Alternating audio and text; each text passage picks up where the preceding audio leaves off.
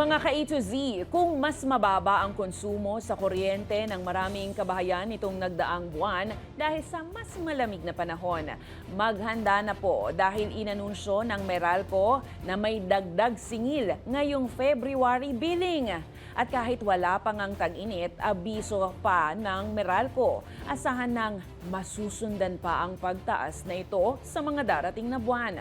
Ang balitang A to Z ni Ace Cruz. Sa 500 piso nga raw ang kita sa maghapong pagtitinda ng fishball, hirap si Aling Rosemary na pagkasyahin ito sa mga gastusin kabilang na ang pambayad sa kuryente. Kung may pandagdag na sana, hindi lang po ito ang tinda ko. Kaso wala pa pong budget na pandagdag. Bawas lang po sa gastusin siguro para makatipid. Kaya hindi kaya-aya sa consumers gaya ni Aling Rosemary ang anunsyo ng Meralco na tataas na naman ang singil sa kuryente ngayong buwan sa halagang 22 centavos kada kilowatt hour. Katumbas ito ng 45 pesos na buwan ang dagdag singil sa mga kumukonsumo ng 200 kilowatt hours hanggang lagpas 100 pesos sa mga kumukonsumo ng 500 kilowatt hours kada buwan.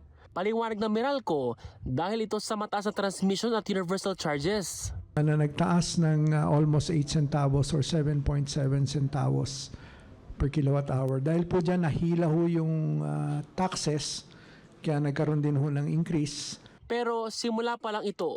Dahil papasok ng buwan ng Marso at tag-init kung saan kaliwat kanan ang gamit nating mga appliances mula electric fan hanggang aircon, huwag mabibigla kung masusundan muli ang dagdag singil sa kuryente.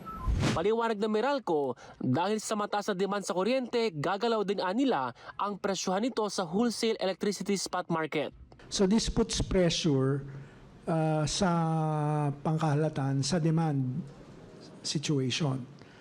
Once that happens, meron din pressure for prices in the spot market to go up.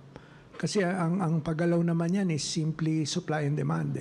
Hindi pa nila masabi kung magkano ang magiging computation lalo't marami nakakapekto sa presyuhan kabilang ang taas mabang halaga ng dolyar, pump prices at iba pa. Tiniyak nilang handa ang kanilang pasilidad sa pagtaas muli ng demand sa kuryente. We look to ERC, to the DOE naman for guidance. We have regular coordination with the DOE to prepare for summer. Itong darating na March, meron kaming 2 forum with large customers na naka-line up with the DOE. Isa to encourage them to exercise energy efficiency and another one to invite more customers to join the interruptible load program.